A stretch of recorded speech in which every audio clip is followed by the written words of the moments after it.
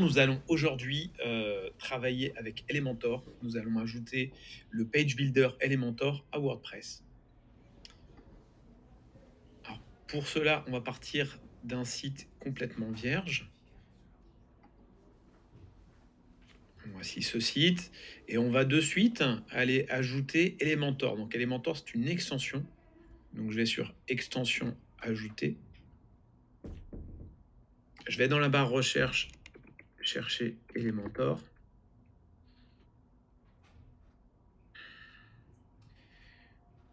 Je l'installe et quand il sera installé, je vais l'activer.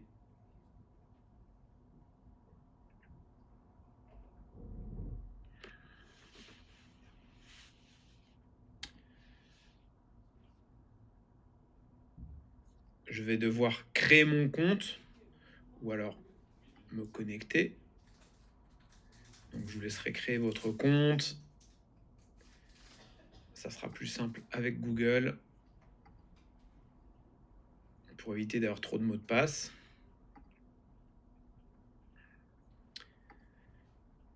Et on se connecte.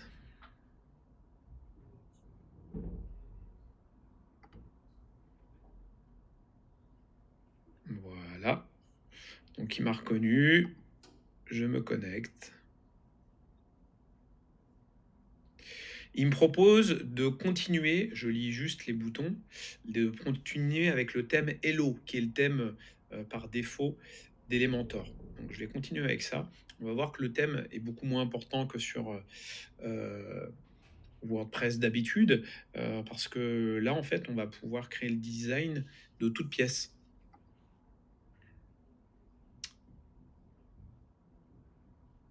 Alors pour le logo, est-ce que j'ai un logo pour le moment?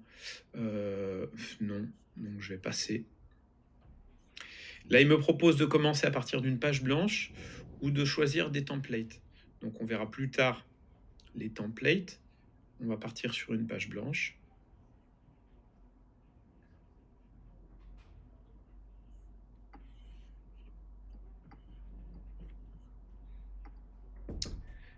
Voilà, donc on voit que je suis sur un éditeur complètement différent de WordPress classique avec Gutenberg.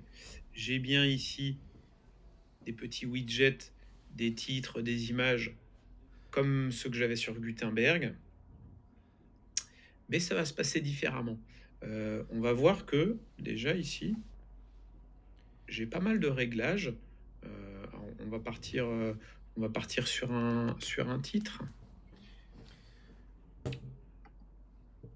Pas mal de réglages.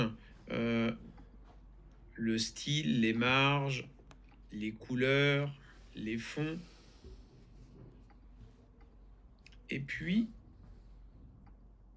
je peux choisir déjà une mise en page avec un scroll vertical, horizontal, 2 colonnes, 3 colonnes, 4 colonnes, des petites, des grandes, etc.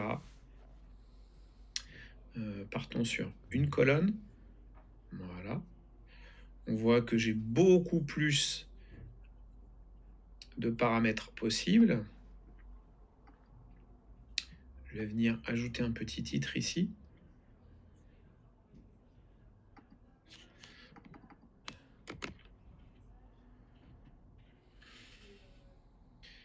Donc ce titre, je peux directement lui mettre un lien, une taille, des balises, la lignée, des couleurs, des polices, des marges, des effets de mouvement, des bordures, des arrière-plans. Donc j'ai beaucoup plus de choses ici dans mes réglages. La petite navigation, c'est cette fenêtre ici qui permet d'avoir l'historique un petit peu, de revenir en arrière quand, quand on a fait une erreur. Voilà. Et le mode responsive, ici, on voit un ordinateur, un petit téléphone.